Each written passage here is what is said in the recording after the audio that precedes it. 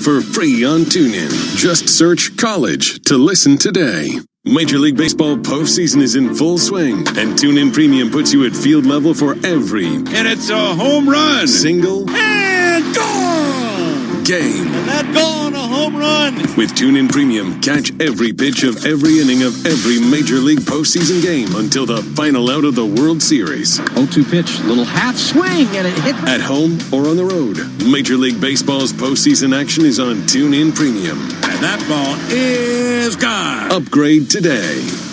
This is not a commercial. This is a reminder. With TuneIn Premium, you could be listening to more music commercial-free. Get over 45 commercial-free music stations. Visit TuneIn.com/premium to upgrade. You're listening to TuneIn, where you can hear all the audio you love in one place. Live NFL games, the hottest music, breaking news, and podcasts. Push play and go about your day, only on TuneIn. When it's been fighting these mass tort claims before, for example, you could talk about the talc litigation.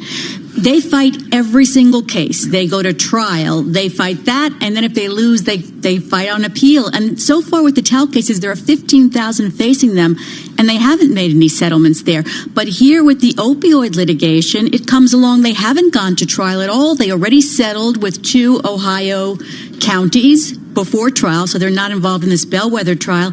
And now it looks like they're ready to settle settle all claims against them over handling of opioids. So it's really striking that J&J is handling this so differently, and you have to wonder if it's because of the association with opioids and what they'll be put through if they go to trial. And maybe that they're not in that business any longer, but we're going to come back to this subject with June Grasso in just a moment. But in the meantime, we're going to go for a business flash. We'll go to Charlie Pellet.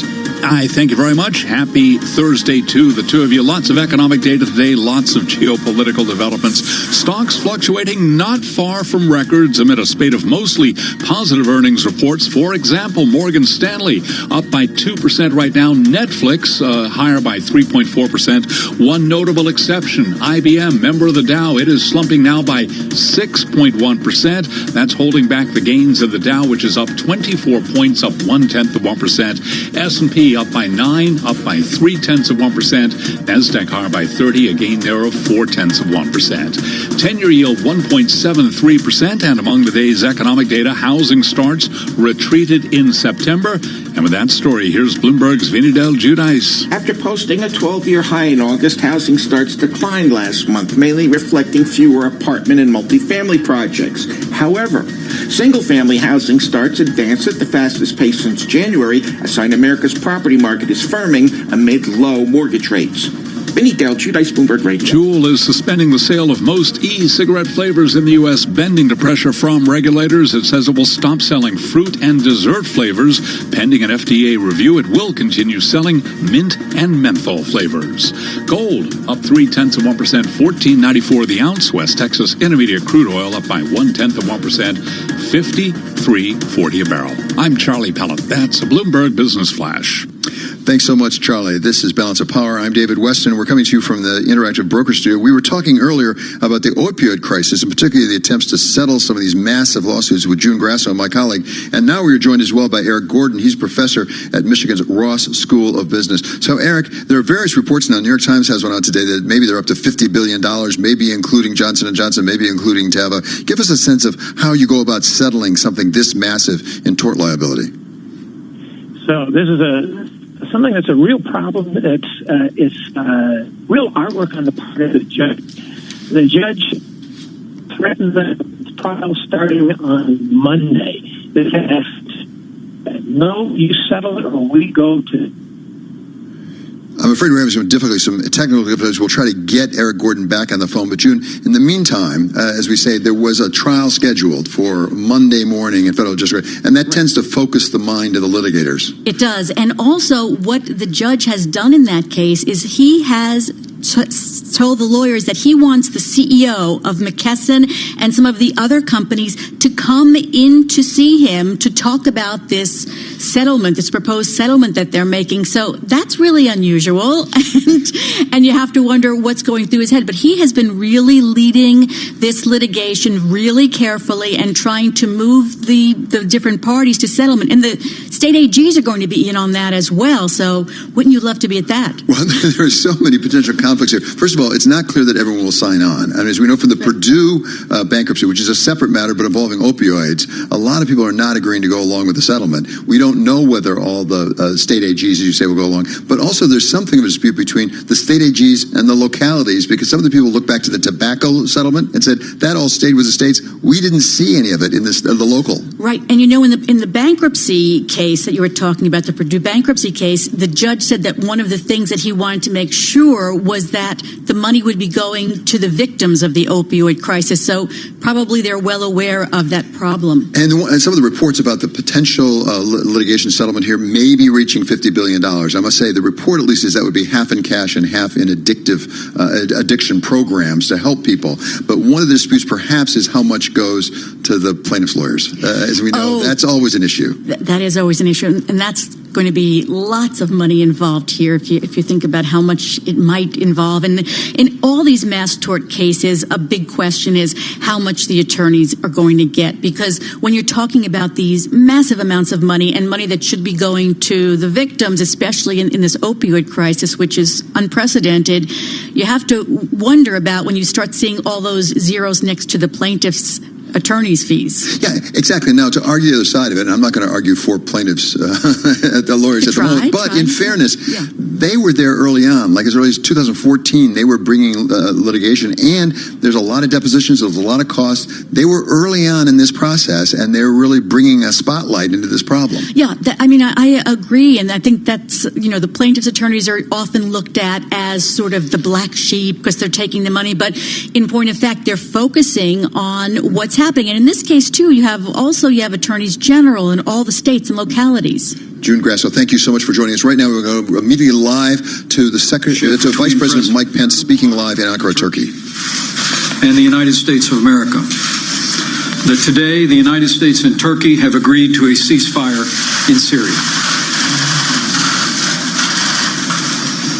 The Turkish side will pause Operation Peace Spring in order to allow for the withdrawal of YPG forces from the safe zone for 120 hours. All military operations under Operation Peace Spring will be paused, and Operation Peace Spring will be halted entirely on completion of the withdrawal. Our administration has already been in contact with Syrian Defense Forces, and we have already begun to facilitate their safe withdrawal from the nearly 20-mile wide safe zone area south of the Turkish border in Syria. Let me say this also includes an agreement by Turkey to engage in no military action against the community of Kobani. And in addition, the United States and Turkey have both mutually committed to a peaceful resolution and future for the safe zone, working on an international basis to ensure that peace and security defines this border region of Syria. In addition to the settlement today with the ceasefire, Turkey and the United States mutually committed to the defeat ISIS activities in northeast Syria, on detention facilities and internally displaced persons in formerly ISIS-controlled areas. Also, Turkey and the United States agreed on the priority of respecting vulnerable human life, human rights, and particularly the protection of religious and ethnic communities in the region. I spoke to President Trump just a few moments ago, and I know the President is very grateful for President Erdogan's willingness to step forward and to enact this ceasefire and to give an opportunity for a peaceful solution of this conflict that commenced 1 week ago. For my part, I'm grateful for the President's leadership. I'm grateful for the more than 5 hours of negotiations with President Erdogan and his team that arrived at a solution that we believe will save lives. And let me also say I'm very grateful for this team. To be able to have alongside the Secretary of State, Mike Pompeo, our National Security Advisor, Robert O'Brien, Ambassador Jim Jeffries, and Ambassador David Satterfield was a great privilege. And each of the members of this team contributed equally to achieving this outcome, which is a great contribution to security in this region, and it's a great contribution to the strong and enduring relationship between the United States of America and Turkey.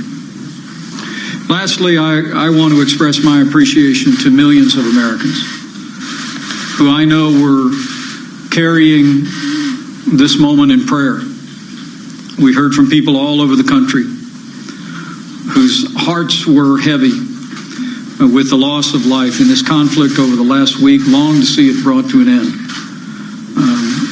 And I believe their prayers, the strong leadership that President Trump provided to this moment, and the cooperation with President Erdogan and Turkey has made this possible. So again, let me say, a week after Turkish forces crossed into Syria, Turkey and the United States of America have agreed to a ceasefire in Syria. It will be a pause in military operations for 120 hours while the United States facilitates the withdrawal of YPG from the affected areas in the safe zone. And once that is completed, Turkey has agreed to a permanent ceasefire, and the United States of America will work with Turkey, will work with nations around the world to ensure that peace and stability is the order of the day in this safe zone on the border between Syria and Turkey. With that, let me recognize Secretary of State Mike Pompeo, and thank you, Mr. Secretary, for your great work. Thank you, Mr. President. Thanks. I think the Vice President said it well. I just wanted to add this thought. There obviously remains a great deal of work to do in the region. There's lots of challenges that remain, but this effort tonight sets the conditions for the successful resolution of this particular piece, which created enormous risk and a real risk of instability. And President Erdogan's decision tonight to work alongside President Trump to achieve this ends will be one that I think will benefit Turkey a great deal. Thanks. I know you want to take some questions. Great. Humaira, where are you? Go right ahead. Thank you very much. How will you overcome the damage that's been caused over the past week? There's been a lot of animosity between U.S. and Turkey. A lot of things have been said and a lot of threats of economic sanctions have been made. How are you going to repair the relationship going forward? Thank you. Well, first, as you'll see from the agreement, part of our understanding is that with the implementation of the ceasefire, the United States will not impose any further sanctions on Turkey. And once a permanent ceasefire is in effect, the President has agreed to withdraw the economic sanctions that were imposed this last Monday. But make no mistake about it, President Trump was very clear with our ally, Turkey, about American opposition to Turkish military forces entering Syria. The President made that clear in his discussions and his correspondence with President Erdogan. And I believe that the candor and frankness that President Trump applied to this and the strength of his relationship with President Erdogan both contributed to the ability for this agreement to come about. And now we will work together to implement this agreement. As I said, our team is already working with YPG personnel in the safe zone for an orderly withdrawal outside the 20-mile mark, and we're going to go forward together to bring peace and security to this region. I'm very confident of that.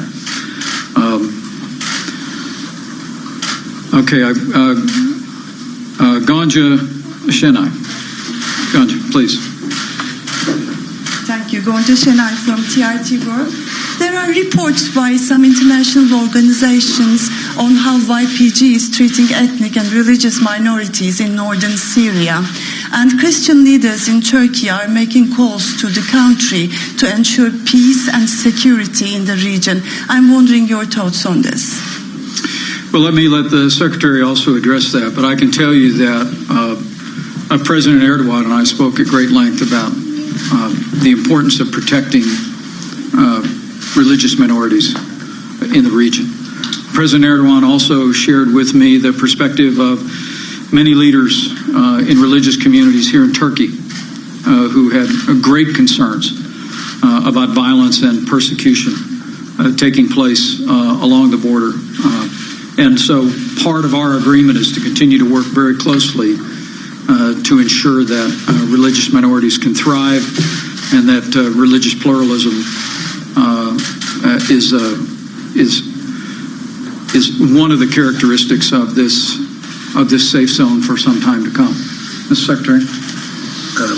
Not only this, we've certainly heard from the Vice President. I heard from Christian leaders around the world who expressed much of the same concern that you just described. We think this reduction in violence, this ceasefire, reduces the risk of that. So we think this greatly contributes to protecting religious minorities throughout Syria and throughout the broader Middle East, as well as all obviously happens in the context of lots of religious challenges, lots of challenges of religious persecution in Iraq and other places. Well, we think this is an important contribution in that regard. The other thing is that we talked about at some length is that to the extent there are abuses that are identified, we'll ask each leader, certainly President Erdogan and his team and others, to investigate any allegations of abuse that have taken place. And let me maybe add an addendum to that. One of the things I know the President and the American people are most proud of is the investment of hundreds of millions of dollars to help rebuild Christian, Yazidi, and other religious minority communities in the aftermath of the horrifying violence during the ISIS period, both in Syria and in northern Iraq. We'll continue to flow those resources to support those communities. But as you'll see from this agreement, it is a specific undertaking by Turkey and by the United States to ensure to protect religious minorities in the affected region. Sean Tandon. Thank you.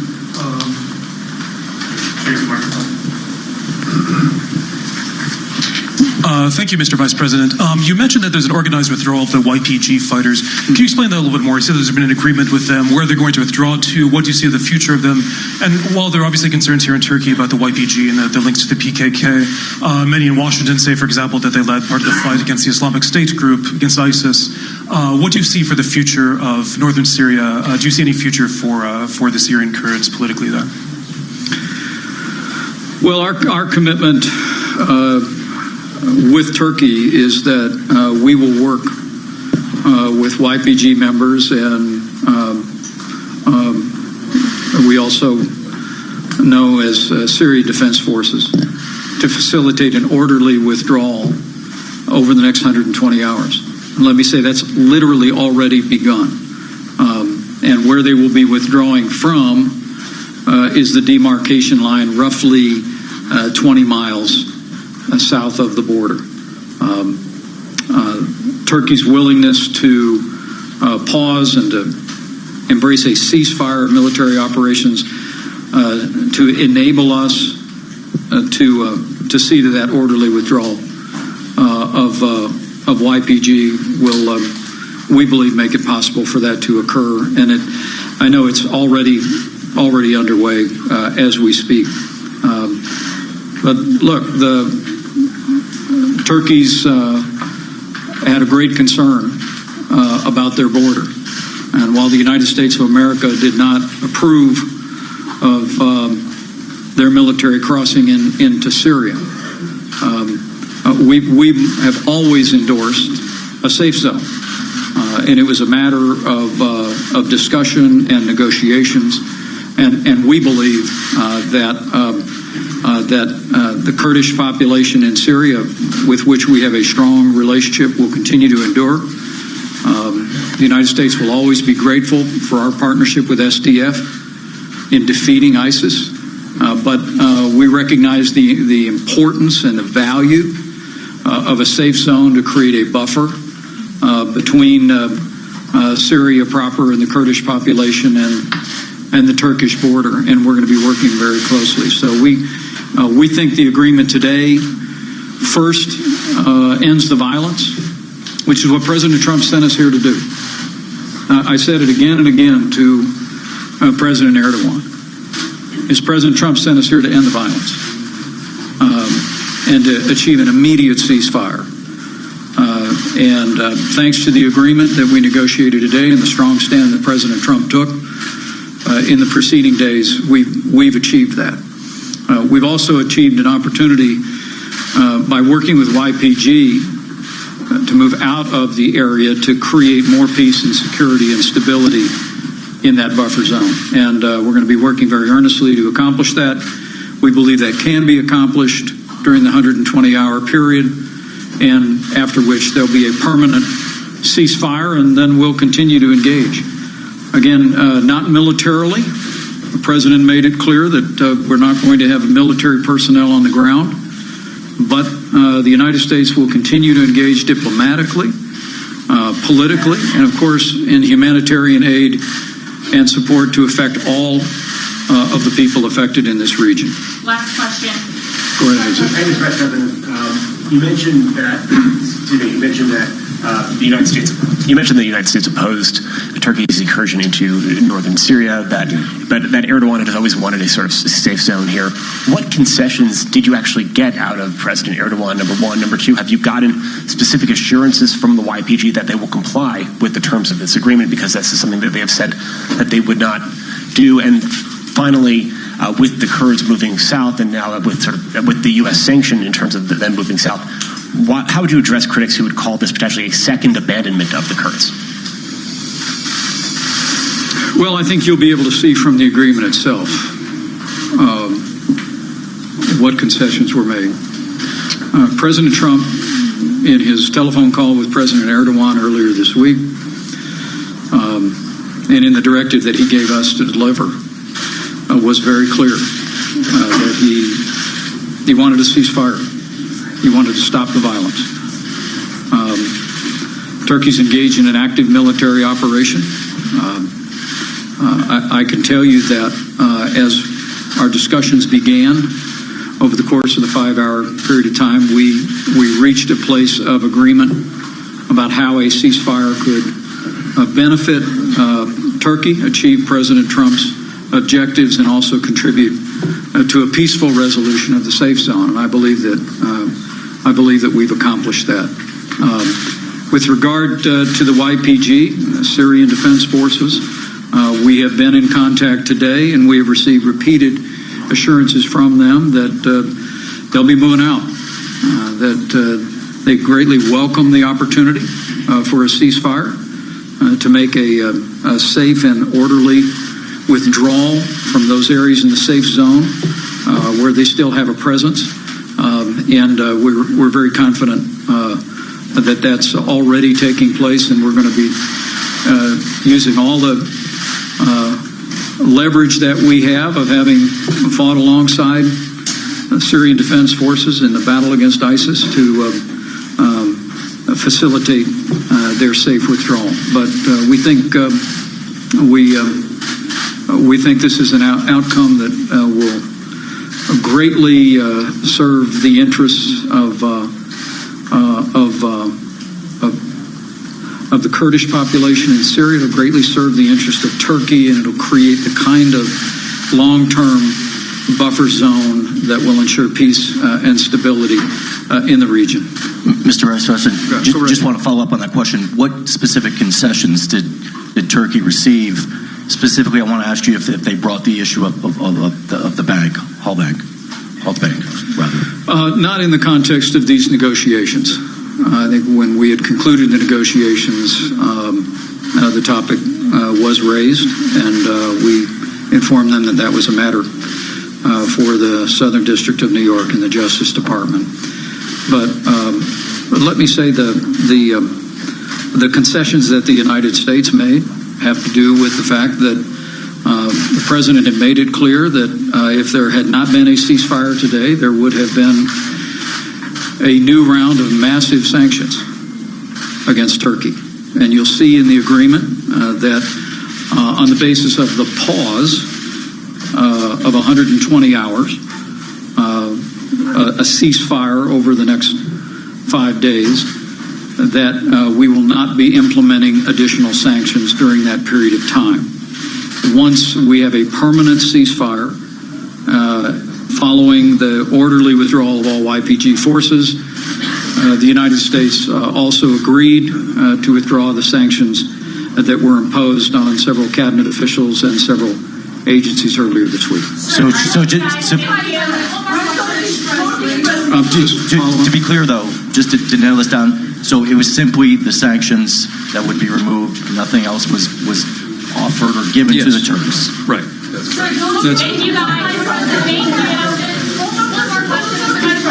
Yeah, go ahead, Kate. Go ahead. Thank you, Mr. Vice President. While you were here negotiating with the Turks for several hours, both of you, can I finish real quick? Wait. You're using YPG as using the sanctions as a blackmail against your NATO ally for the sake of PKK YPG terrorist organization. This is a great question, Mr. Vice President. The United States of America did not support Turkey's military action in Syria. President Trump made that very clear to his friend President Erdogan. And the United States imposed sanctions earlier this week.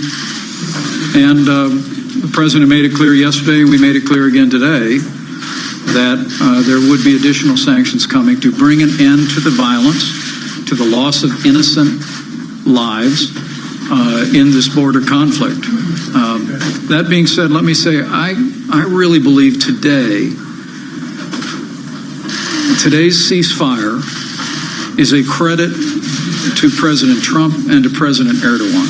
It's a credit to the strong relationship between the United States and Turkey. It's also a credit to the strong relationship between our two leaders. And where there are differences between friends, it's important that friends let their feelings be known. President Trump did that in this case. But it facilitated us being able to reach an agreement that has now resulted in a ceasefire, and we believe will set the stage for creating a peaceful and stable, a safe zone, and the United States is committed to achieving that for all the people of this region. Mr. Vice President, can I finish my question that I started, please?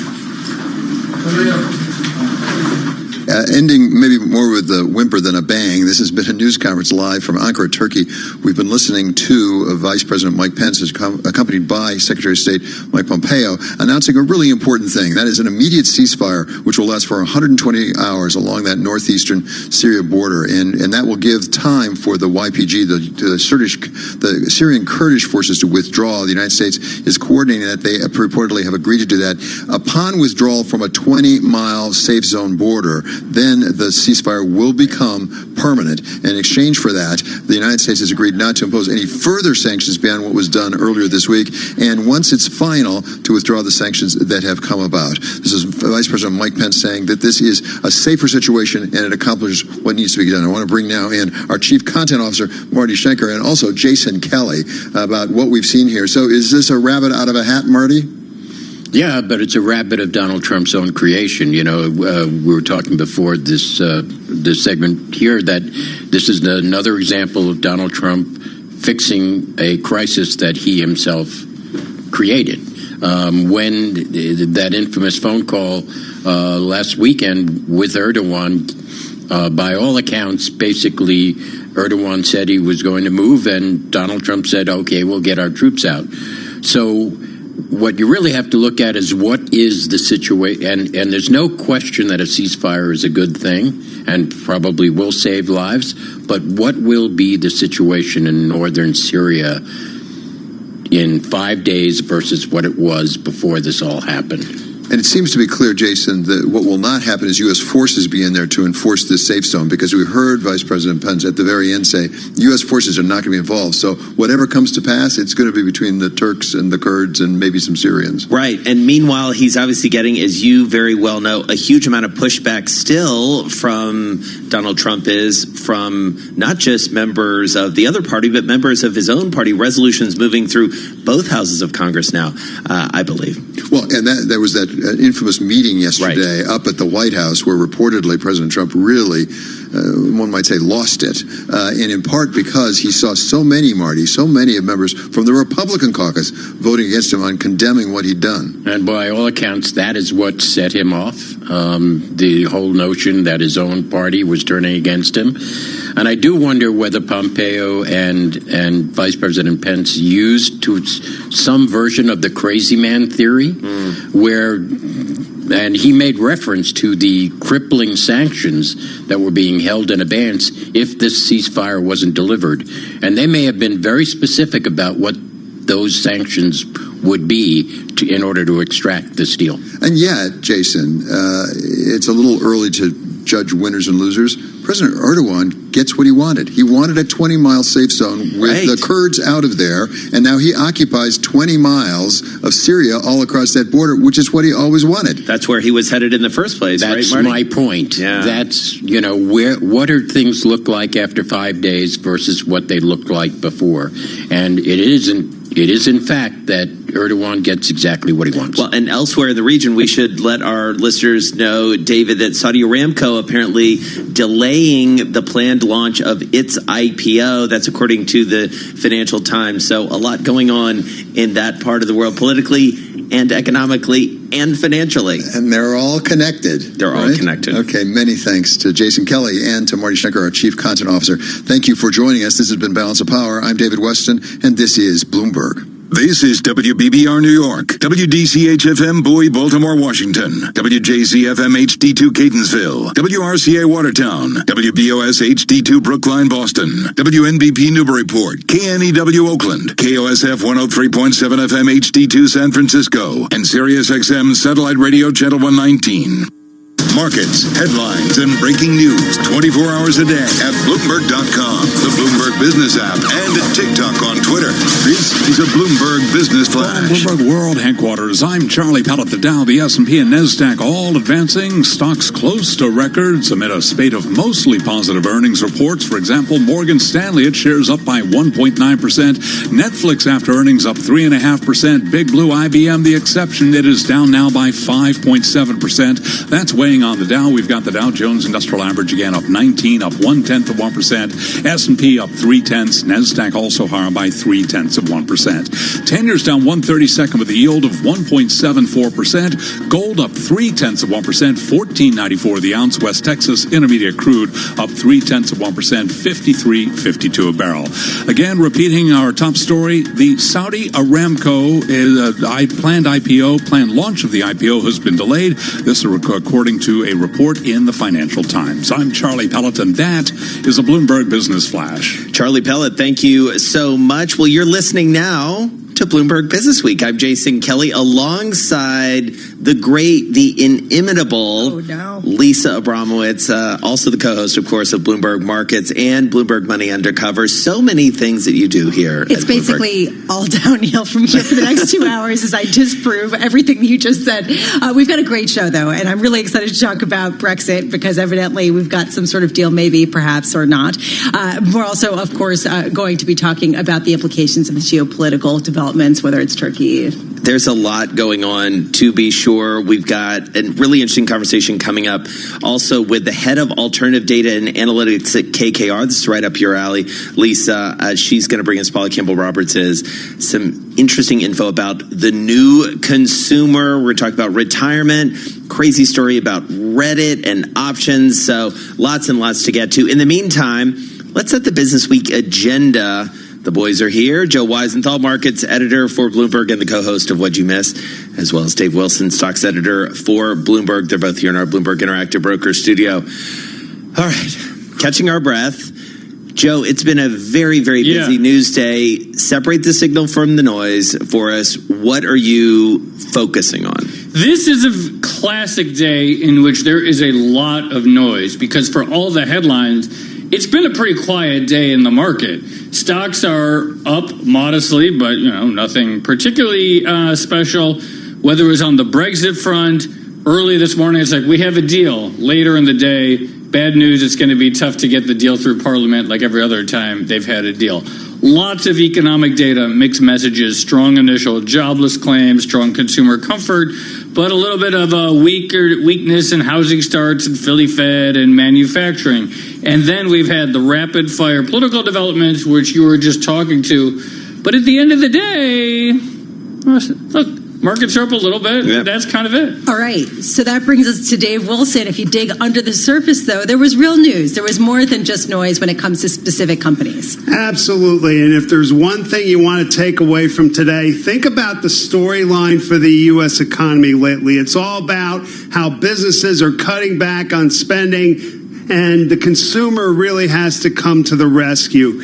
I got to tell you, there's some earnings reports out that really kind of run counter to that narrative, at least in terms of how the stocks are reacting. And I point to three companies in particular. Dover Corp, which is a pretty diversified industrial company. United Rentals, which does heavy equipment rental. And Honeywell International, which is all about, building controls. All those numbers out since late yesterday, all well received. Dover and United Rentals have the two biggest gains in the S&P 500 right now. Honeywell's up 2.8%. So at the very least, you would figure that there's enough concern about where industrial companies are heading that when you get positive results, you get the kind of reaction that we're seeing today. So, it'll be interesting to see whether that's really sort of a market-specific kind of a move or whether there's something in those anecdotes about what's happening in the broader economy. All right, so Abramowitz, what's like one headline that really jumped out at you today that you've sort of been building the day around? Is there one? Yeah, there was something that really confused me. It was that people feel better than ever before in America for buying goods. Joe's like, putting rock on, rock Party on, in rock USA, and roll. let's do it. I mean, but people want to rock out with buying lots of stuff. It was this like consumer thing. You saw what I'm talking about, right? Yeah. You know what I'm talking about. How does that square with the retail sales we got? So it's a very fair question. I read a number of analyst notes saying yesterday, after that retail sales number, to say, slow down, this is not the end of the world. And the reason for this was multifold. A, we got a very nice upward revision to the previous month. So to some extent, the worse than expected sequential percentage move could simply be a factor of the base factor of the prior month being factored. That's one. Two, there's no What? three. What?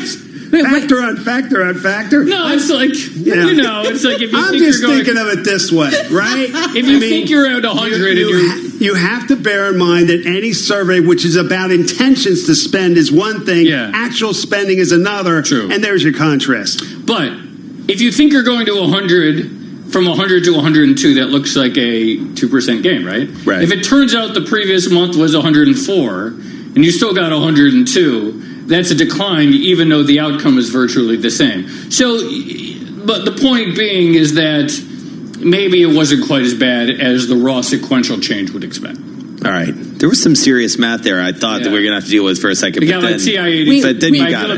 You got me. We kicked it up to 11. We did. Sorry. I need to just hide under my desk. I told you I'm basically It's going to be quite a show I think we've got ahead of us. Joe Weisenthal, markets editor for Bloomberg, co-host of What'd You Miss? That's coming up at 4 p.m. Wall Street time. Check him out there. Dave Wilson, stocks editor. He'll be back with both his chart and his stock of the day. Coming up here, we're going to check in on that EU-UK Brexit deal. And as Joe Weisenthal alluded to, I mean, we kind of been here before. We'll see if it gets through Parliament. A lot of big questions there. In the meantime, let's get some world and national headlines. For that, we go to Bob Moon. Hey, Bob. Jason, Turkey agrees to end its incursion into northern Syria. A week after Turkish forces crossed into Syria, Turkey and the United States of America have agreed to a ceasefire in Syria. Vice President Mike Pence making the announcement within the past hour at a news conference in Ankara after he and Secretary of State Mike Pompeo held more than 5 hours of talks with Turkish President Recep Tayyip Erdogan. It's not immediately clear if Kurdish fighters agreed to the deal, but Pence says the agreement could be extended if Kurdish fighters formerly allied with America leave the border region. Part of our understanding is that with the implementation of the ceasefire, the United States will not impose any further sanctions on Turkey. And once a permanent ceasefire is in effect, the president has agreed to withdraw the economic sanctions that were imposed this last Monday. President Trump, minutes before the press conference in Ankara, said the deal would mean millions of lives will be saved. Flags at the U.S. Capitol are lowered to mark the death of Congressman Elijah Cummings, the chair of the powerful House Oversight Committee. On the Senate floor today, Majority Leader Mitch McConnell said Cummings was a powerful and passionate voice on the national stage. The Senate unites our prayers with those of the House for Elijah's wife, Maya, for his children, and for all the colleagues, friends, and staff who will miss him greatly. Cummings has been leading investigations of the president's government dealings. He was 68 years old. Global News, 24 hours a day, on air and at TikTok, on Twitter, powered by more than 2,700 journalists and analysts in more than 120 countries. I'm Bob Moon.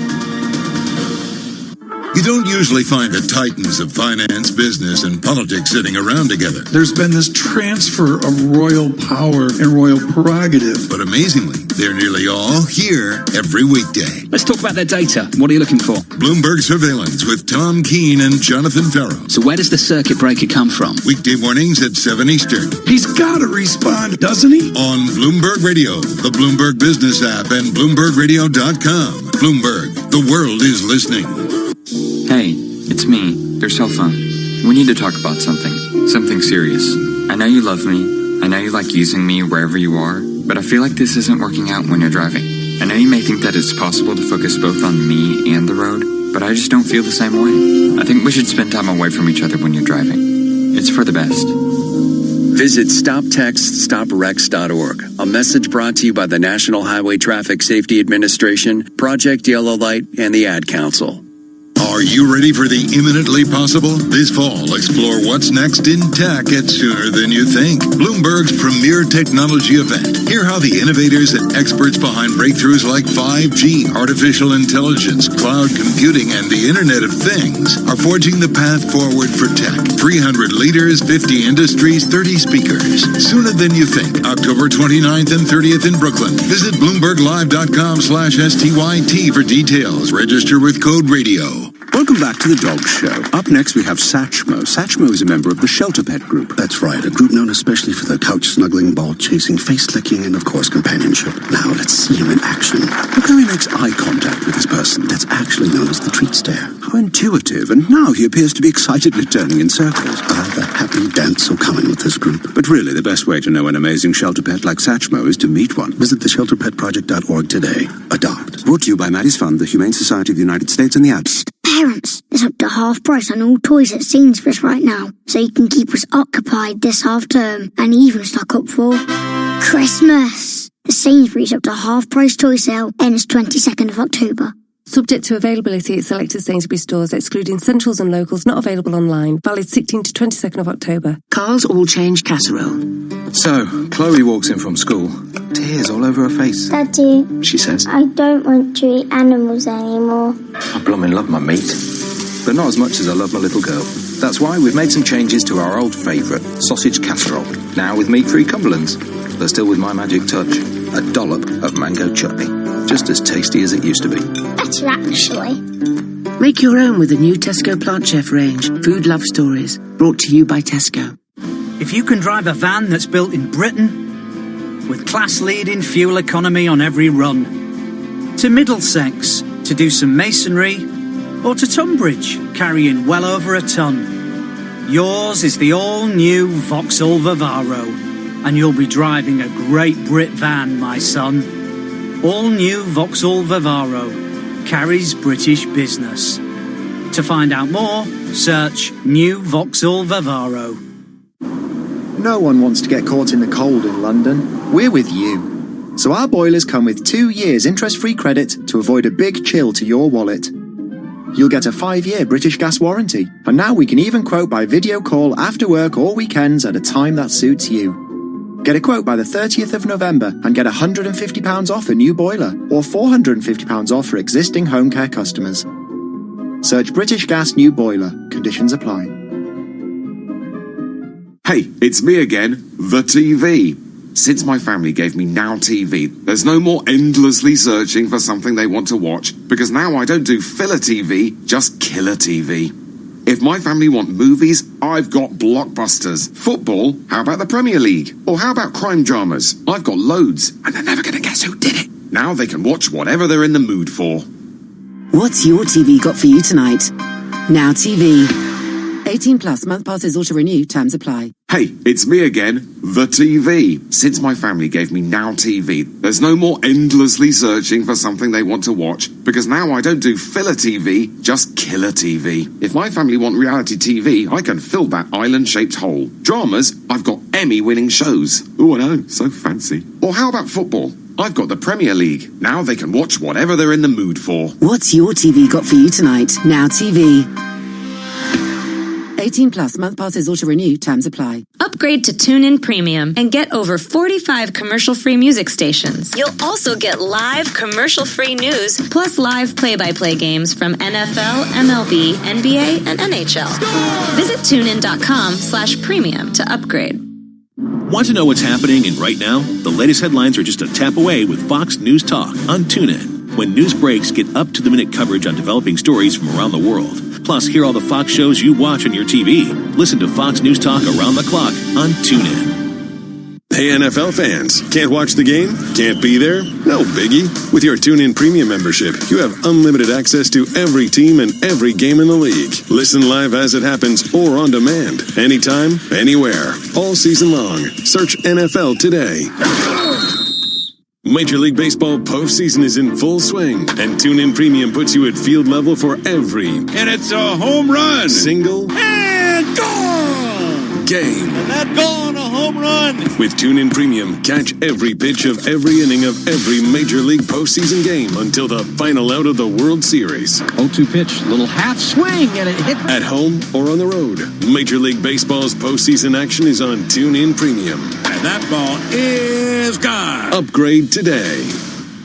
Breaking news 24 hours a day at Bloomberg.com, the Bloomberg Business app, and at TikTok on Twitter.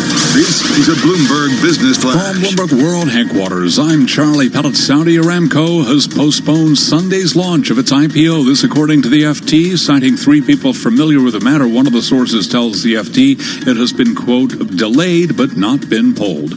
Stocks are advancing close to records. We've got the S&P now at 29.97, up 8 points. That's a gain of about 0.3%. The Dow up 22 points, up 0.1%. NASDAQ higher by 26, up by 0.3%. 10-year down 1/32, the yield 1.74%. Gold advancing 0.3%, $14.94 the ounce. And West Texas Intermediate crude oil up 0.7%, $53.75 a barrel. Brent 59.76, up by 0.6%. I'm Charlie Pellet, and that is a Bloomberg Business Flash. Charlie, thanks so much. You are listening to Bloomberg Business Week right here on Bloomberg Radio. It's so hard to say goodbye to yesterday. Well, that is a great setup for this conversation. It has been hard for the EU and the UK to say goodbye, and they haven't really said it fully yet. All right, let's actually take a beat, go to President Trump, who is speaking after landing in Texas. And for many, many years, Turkey, in all fairness, they've had a legitimate problem with it. They had terrorists, they had a lot of people in there that they couldn't have. They've suffered a lot of loss of lives also, and they had to have it cleaned out. But once you start that, it gets to be to a point where a tremendous amount of bad things can happen. So a process started, and we started to negotiate. And I think that obviously the sanctions and tariffs were going to be very biting. I'm glad we don't have to do it. We'll be taking them off very quickly as soon as this is finalized. But this is an incredible outcome. This outcome is something they've been trying to get for 10 years, everybody, and they couldn't get it. Other administrations, and they never would have been able to get it unless you went somewhat unconventional. I guess I'm an unconventional person. I took a lot of heat from a lot of people, even some of the people in my own party, but they were there. In the end, they were there. They're all there. Look, this is about the nation. This isn't about Republicans or Democrats. This is about our nation. So we have a 5-day ceasefire. During that 5 days, the Kurds and other people they're going to be taken great care of. They're going to be moving around, moving out of a safe zone, which is something that Turkey has always wanted. The ISIS, they call them Daesh, but we call them ISIS. The ISIS fighters that we have captured, they'll be under very, very strict control of various different groups, but we will be watching, we will be in charge, and they'll be under very, very powerful and strict control. And we've gotten everything we could have ever dreamed of. And we're also going to be able to bring our people back home, but we'll be able to have control of ISIS total. We'll be able to do whatever we have to do to get the rest of ISIS wherever they may be. They're never going to be ruling us. And I want to thank everybody. And the other thing I want to thank, as a group, I want to thank the Kurds because they were incredibly happy with this solution. This is a solution that really, well, it saved their lives, frankly. It saved their lives. So we've done a great thing for our partner. If we didn't go this unconventional, tough love approach, you could have never gotten it done. They've been trying to do this for many, many years. You could have never gotten it done. So I want to thank everybody. I want to thank everybody back in Washington. We're in Texas now, and we're going to be opening up a phenomenal new plant. One of the greatest men in business, and all of business is here with us. You know who he is. And they're opening up a plant in Texas. The first time, I believe, one of the great companies of the world, first time ever in the United States. And then we're having a big rally in Dallas tonight at the American Airlines Center. So we look forward to that. They've been standing in line for 3 days, as you know. So it's a record crowd over in Dallas. But I didn't know it was going to work out this quickly. I didn't know it would work out this well. It's a great day for the United States. It's a great day for Turkey. It's a great day for our partners who have really worked. I mean, a lot of people question some of them. I'm not questioning anybody. They really did. The Kurds were great. Great day for the Kurds. It's really a great day for civilization. It's a great day for civilization. So I just want to thank everybody.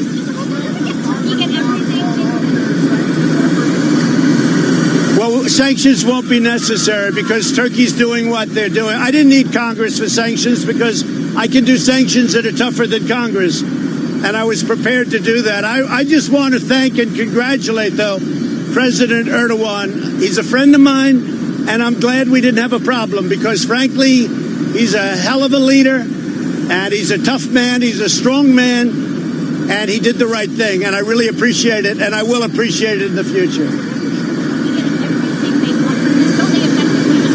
Well, Turkey has a great military power. Turkey is a friend of ours, a neighbor of ours, and they're a member of NATO.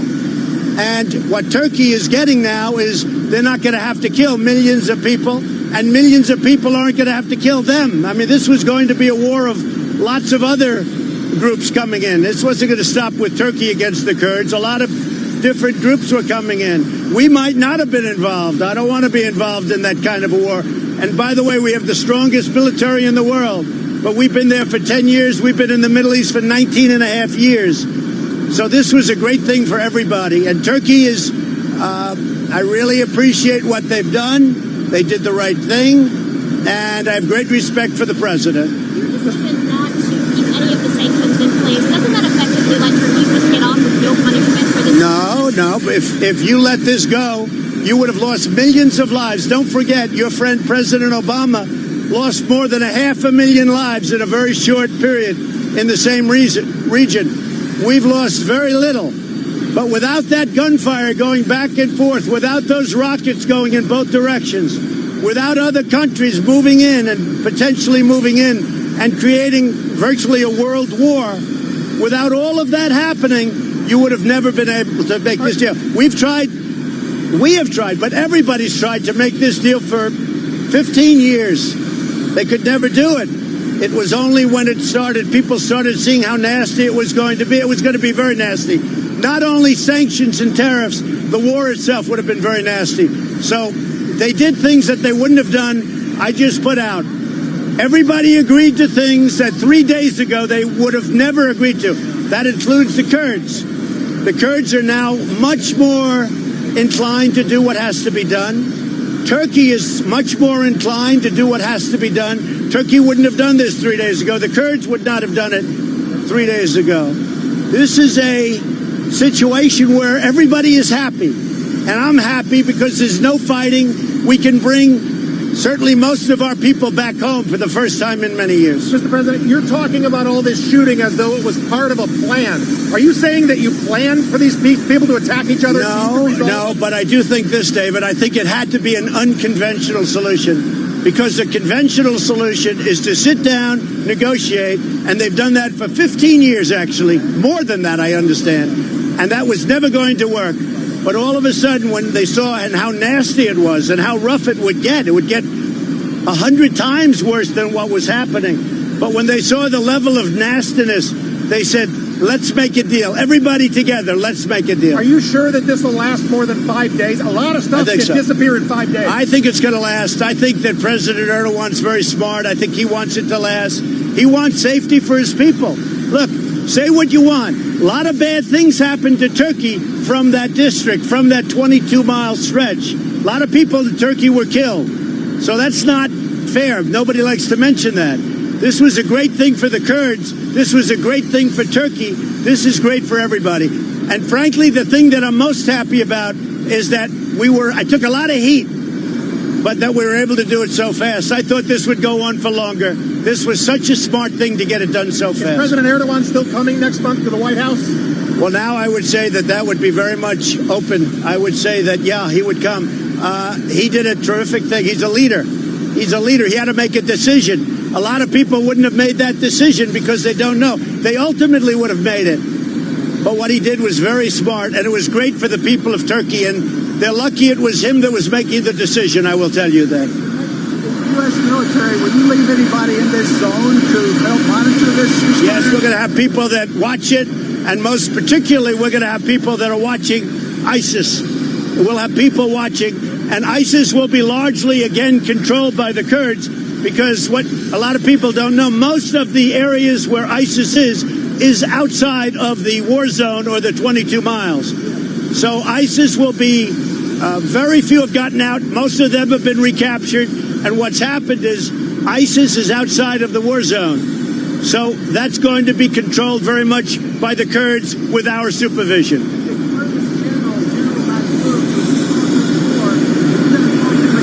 He's going to be very happy. They've spoken to him. The Kurds are very happy. Turkey is very happy. The United States is very happy.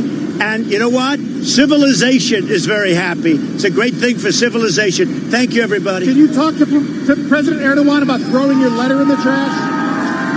And you've been listening to President Trump. He just landed in Texas, making some comments following on that press conference, Lisa, that we heard by Vice President Mike Pence and Secretary of State Mike Pompeo after their meeting with President Erdogan of Turkey. A ceasefire underway. President Trump reiterating his tweet. This is a great day for civilization. This was an unconventional deal that he got done. Traditional negotiations weren't going to work. This is what had to happen, the president said. And just to sort of reiterate, the immediate ceasefire will last 120 hours. And in return for that, the U.S. will not impose the additional sanctions that it was planning to place on Turkey. You are seeing a bounce in the Turkish lira, jumping to a 1-week high on the news. That said, they will get reimposed after that period unless the ceasefire continues indefinitely. So there still is a lot to be worked out in the next 5 days. And I think that that's what people are going to be looking at, is how are people going to be maneuvering within Syria, and then also whether Turkey will continue the ceasefire. And politically, obviously, the President of the United States had taken a lot of heat here in the United States from both sides of the aisle. A very contentious meeting yesterday at the White House with Speaker Nancy Pelosi and Steny Hoyer, one of the leaders of the Democratic side, ultimately walking out. There was some very dramatic recountings and pictures that were taken in that meeting. And maybe more notably, and we were talking about this on Balance of Power, a lot of blowback from members of the president's own party, including allies, including Lindsey Graham. So we'll wait to see what the reaction is here on Capitol Hill as this news gets synthesized. And meanwhile, back in the UK, another geopolitical issue, and that is Brexit. Yeah, and I think that this is an important issue to kind of distill at this point, because we're coming up on a vote this weekend that really could go either way. Let's just set the scene with Maria Tadeo of Bloomberg Television. Maria, thank you so much for being with us. Can you just give us a lay of the land? Where are we in this EU-UK agreement? So this is what we know. We have a deal. You're fierce. You take care of business and don't hold back. Taking care of your health shouldn't be any different. You know when something's off. Don't ignore symptoms like fatigue, joint pain, and rashes. Listen to your body. It could be lupus. We're here to help you take control. Learn how at BeFierceTakeControl.org. Brought to you by the Lupus Foundation of America and the Centers for Disease Control and Prevention. It's like the best part of your day times 5. The company won an order for 100 single-aisle planes. Bloomberg Best. President Trump discussed the latest news. Weekday evenings at 5 Eastern on Bloomberg Radio. Bloomberg, the world is listening. Able to get the deal approved, and I'm sure this is ringing a bell because we've been here many times where a deal is struck between the EU and the UK, but then the United Kingdom Parliament decides we don't like it, we're going to vote it down, and we go back to square one. What's clear is that Saturday is going to be a big showdown because there is that hard deadline coming up quickly of October 31st for a no-deal Brexit. All right, so let's bring in Dr. Sam Nadapoff. He's president of Empire Global Ventures. He joins us on the phone from Washington, D.C. And Sam, first of all, great to have you back with us. Thanks for your patience as we bounced around the world here a little bit this afternoon. But, you know, we now have a good understanding from Maria of what happens next. But I want to zero in on one of the points you made, which is amid all this excitement, we've been here before. There's been a deal, and the devil is not just in the details. The devil's sort of in the vote in the UK Parliament. How are you gaming that out at this point? Well, I think Maria pointed out very well that this is a very close vote, and at the moment it looks likely that Boris